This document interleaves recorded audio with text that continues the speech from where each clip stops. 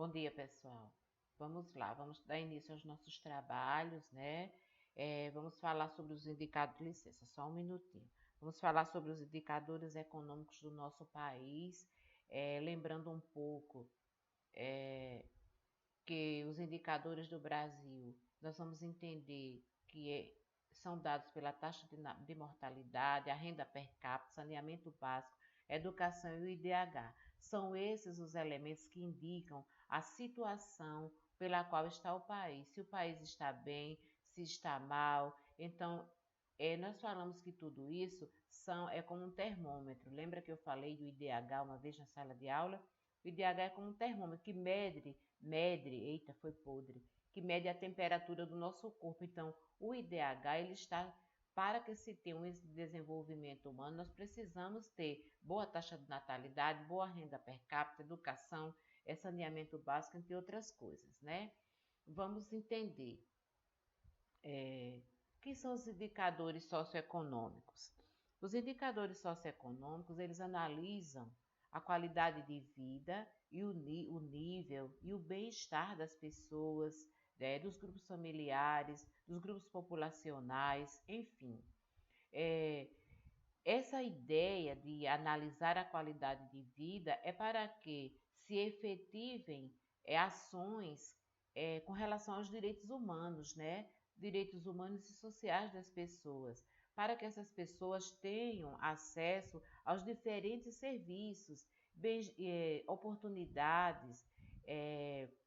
Que serviços são esses? Ora, que as pessoas tenham direito à boa educação, para que as pessoas tenham direito a saúde de qualidade, tenham oportunidades no mercado de trabalho.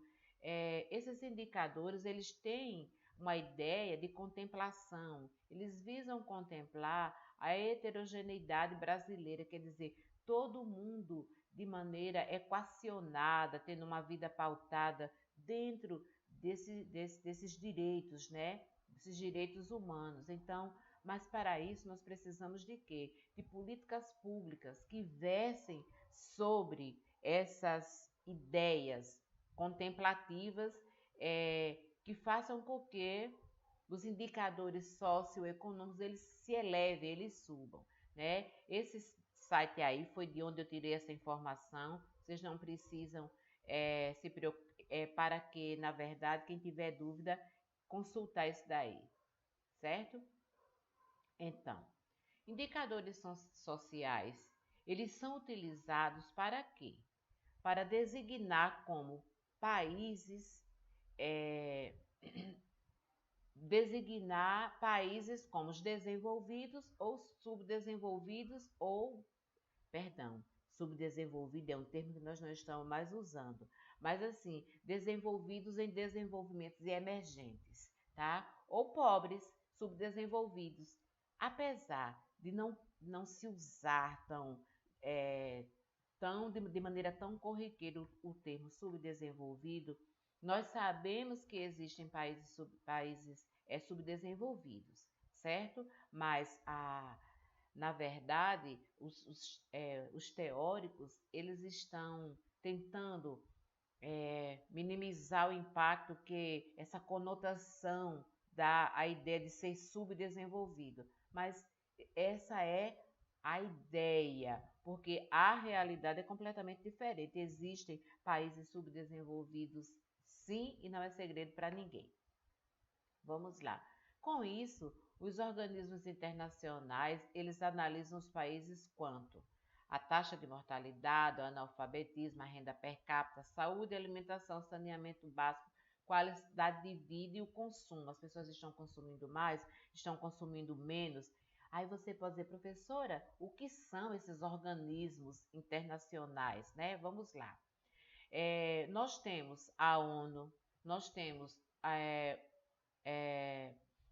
OMS, a Organização Mundial de Saúde, a OMC, Organização Mundial do Comércio. Nós temos vários organismos internacionais que medem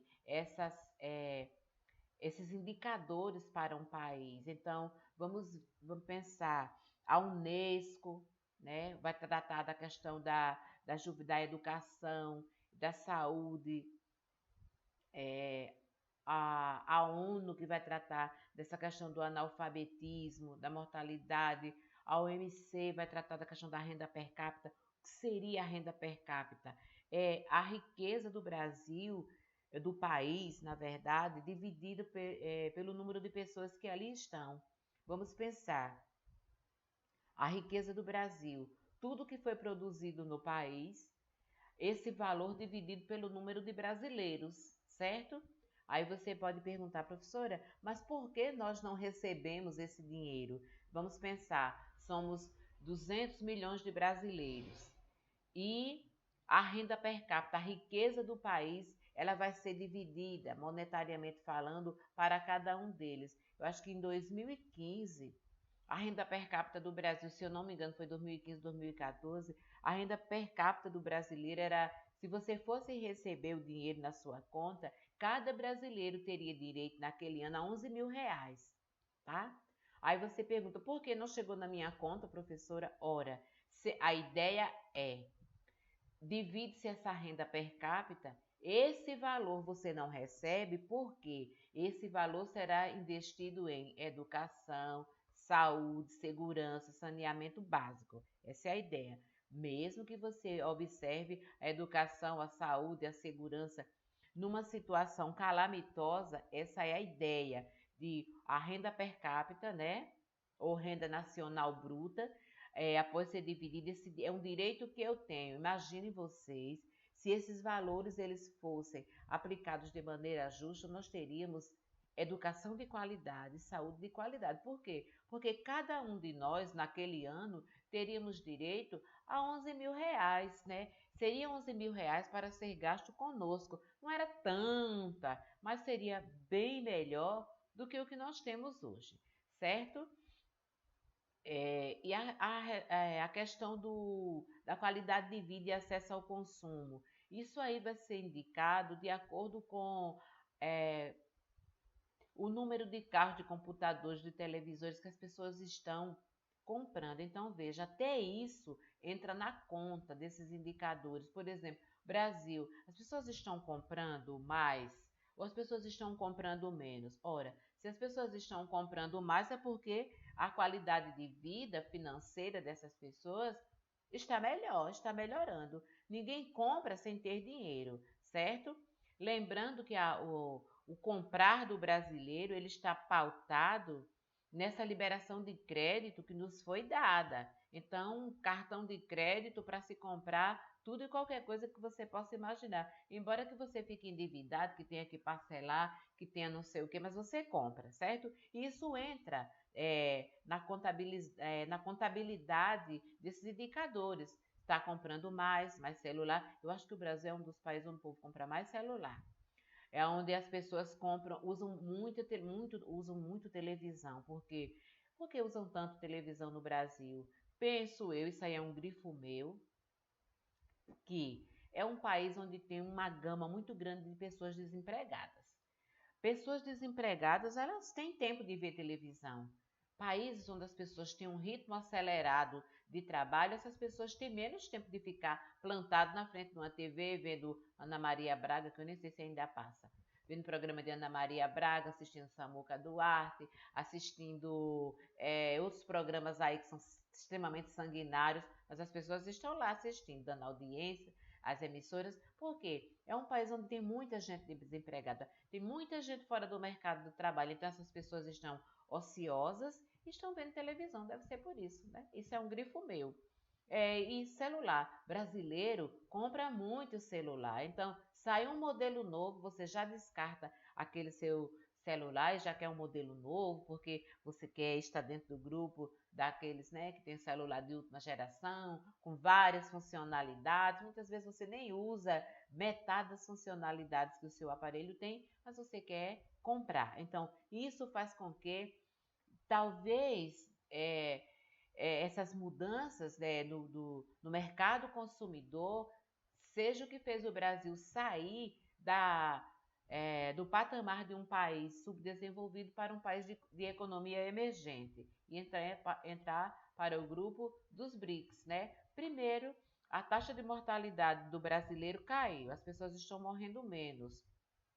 porque estão tendo expectativa de vida maiores, com melhor qualidade de vida. Muitas doenças que matavam na infância, elas foram erradicadas. A exemplo do sarampo, da paralisia infantil, que graçou a vida de muitas crianças. Então, isso tudo vai entrando nessa contabilidade e nos fez sair de um patamar de subdesenvolvido para uma economia emergente.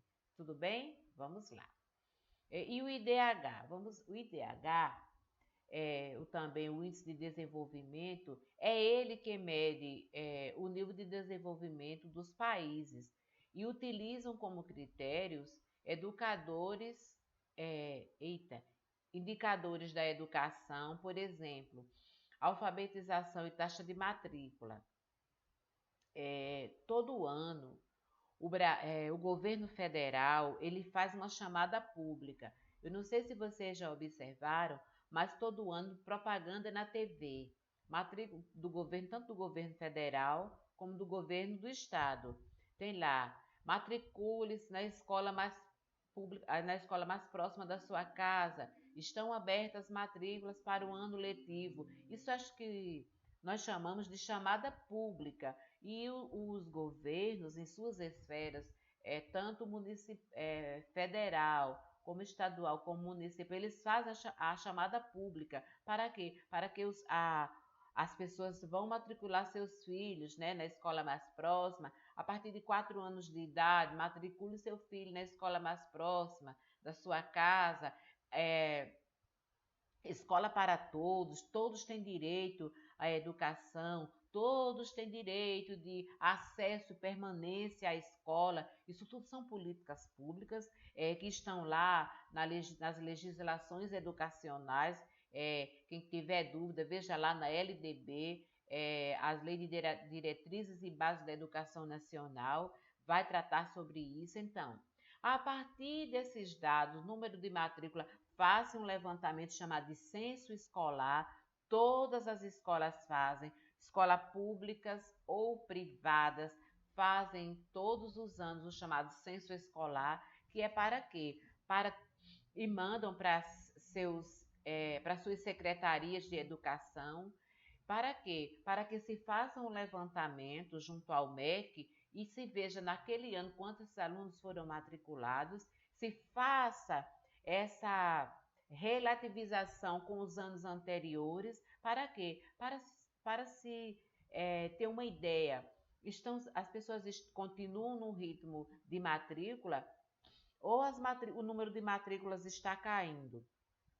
Para isso, há políticas públicas de todas as versões. Por exemplo, a merenda escolar é uma política pública que visa a ideia de alimentar melhor a criança na escola, porque a criança tendo alimento na escola, muitas vezes não tem em casa uma boa alimentação, ou alimentação muito pobre, e tendo alimentação na escola, sua merenda garantida, vai garantir que essa criança não vá se evadir da escola. Que é isso? Faça sua matrícula, mas depois de 2, 3 meses de aula, perca o estímulo e saia da escola, que nós chamamos de evasão escolar. Para isso, associada a isso, temos também a questão do Bolsa Família, que foi criado nessa perspectiva da criança ter essa renda mensal, mínima, como uma fonte, né, de ajuda para que essa criança compre alimento. A ideia é essa, que seja utilizado para a criança, para que ela se alimente em casa, tome um café da manhã, tenha um almoço e vá para a escola alimentada. Por quê? Porque ninguém merece estudar com fome. E observou-se que muitas crianças estavam se evadindo da escola, perdendo o interesse, porque elas não tinham estímulo, elas estavam mal alimentadas. E a falta de alimentação também, ela vai refletir na capacidade intelectual da criança. Tudo bem? Então, a taxa de matrícula e a taxa de alfabetização é um dos índices, né? Um dos critérios para se avaliar o IDH de um país. Outra coisa, a longevidade. a esperança de vida ao nascer, né? Hoje em dia, as pessoas estão vivendo mais. Vocês viram na aula passada que o Brasil está se tornando um país idoso. Por quê? Porque as pessoas estão vivendo mais e estão nascendo menos crianças. Então, a taxa de natalidade também está diminuindo. As mulheres estão tendo menos filhos e estamos vivendo mais. Isso faz com que o Brasil esteja se tornando um país idoso. Tudo bem? Então, a longevidade é um dos índices. Ora, mas se estamos vivendo mais, isso não é negativo, isso é positivo. Isso vai fazer com que o país seja visto como um país que está saindo de uma situação de subdesenvolvido, de uma economia subdesenvolvida e esteja emergindo, saindo dessa situação. Por isso chamado de país emergente. E também a renda, o PIB, né, per capita, que é o produto interno bruto, riqueza produzida pelo país, dividida pelo número de seus habitantes. O índice o índice de IDH varia de zero. Se o índice do IDH for zero, não há nenhum desenvolvimento humano. Ele varia de 0 a 1. Se ele é zero, deixa eu explicar melhor. Se ele é zero, nenhum desenvolvimento humano. Se o índice do IDH se aproximar de 1, há um desenvolvimento humano total. Então, é difícil, né? Países com IDH até 0,499 têm um desenvolvimento humano considerado baixo. E os países entre 0,500 e 0,799 são considerados de médio desenvolvimento humano e o superior a 0,800 tem um desenvolvimento considerado alto. Então, isso aqui é só para a gente entender. Quanto mais se afasta do zero, melhor o desenvolvimento daquele país. Há uma escala chamada escala de Gini, que mostra esses desenvolvimentos, como é que se calcula esse índice de desenvolvimento, certo? O IDH no Brasil, ele é 0,699, considerado alto, atualmente o Brasil ocupa o 73º lugar no ranking mundial. Aí você diz assim, poxa professora, apesar de todos os problemas sociais que nós temos, o Brasil está nesse patamar? Pasmem, está nesse patamar. Agora eu quero também salientar uma coisa, esses dados, eles também podem ser manipulados, tá? Por quê? Porque há a possibilidade, num país como o nosso, onde se manipula tudo, manipular-se esses dados. Se vocês observarem, a questão do índice do ranking de desenvolvimento na educação, algumas escolas manipulam esses dados, a chamada Prova Brasil, manipulam esses dados para quê? Para que a escola se conceitue e o Brasil seja visto lá fora como um país que está está investindo, né, muito bem no setor de educação. Então, são dados que são manipuláveis. Então, isso aqui é uma estimativa de 2010, de acordo com o censo escolar daquele ano. É claro que mudou, mas veja que o Índice de Desenvolvimento do Brasil ele se apresenta como um IDH alto, apesar de, na prática, nós observarmos coisas que você diz, nossa, isso é um país de alto desenvolvimento, considerado de IDH alto, mas volto e ressalto também que nós estamos mudando sim, nós estamos crescendo sim, há políticas governamentais, políticas públicas, muitas voltadas para para essa perspectiva, e estamos mudando sim, não há como negar. Agora, chegar a esses índices, aí é outra história, né? Em 2015, o IDH do Brasil, veja só, ele chegou a 0,754. Ele, em 2010, tinha um valor mais baixo e agora ele aumenta. E o país ele é tido como um país de desenvolvimento humano elevado. Apesar das pessoas não terem a maioria onde morar, passarem fome, viver nas ruas, o país desperdiçar alimento. Mesmo assim, esses índices, esses cálculos estatísticos vão mostrar o Brasil como um desenvolvimento humano elevado, e isso vai nos colocar no patamar de país emergente. No entanto, existem grandes disparidades sociais e econômicas no Brasil. É o que eu acabei de falar. O país, ele é um país díspare dentro das questões sociais e econômicas. Há uma diferença, há uma desigualdade econômica e social no Brasil que é gritante. Isso aí, o autor, né, ele traz isso para nós. As diferenças sociais e econômicas entre os estados brasileiros são tão grandes que o país apresenta realidades distintas, muito diferentes em seu território, o que torna irônica ou que torna irônico classificar o país como um país de alto índice de desenvolvimento humano. É verdade, vejam só.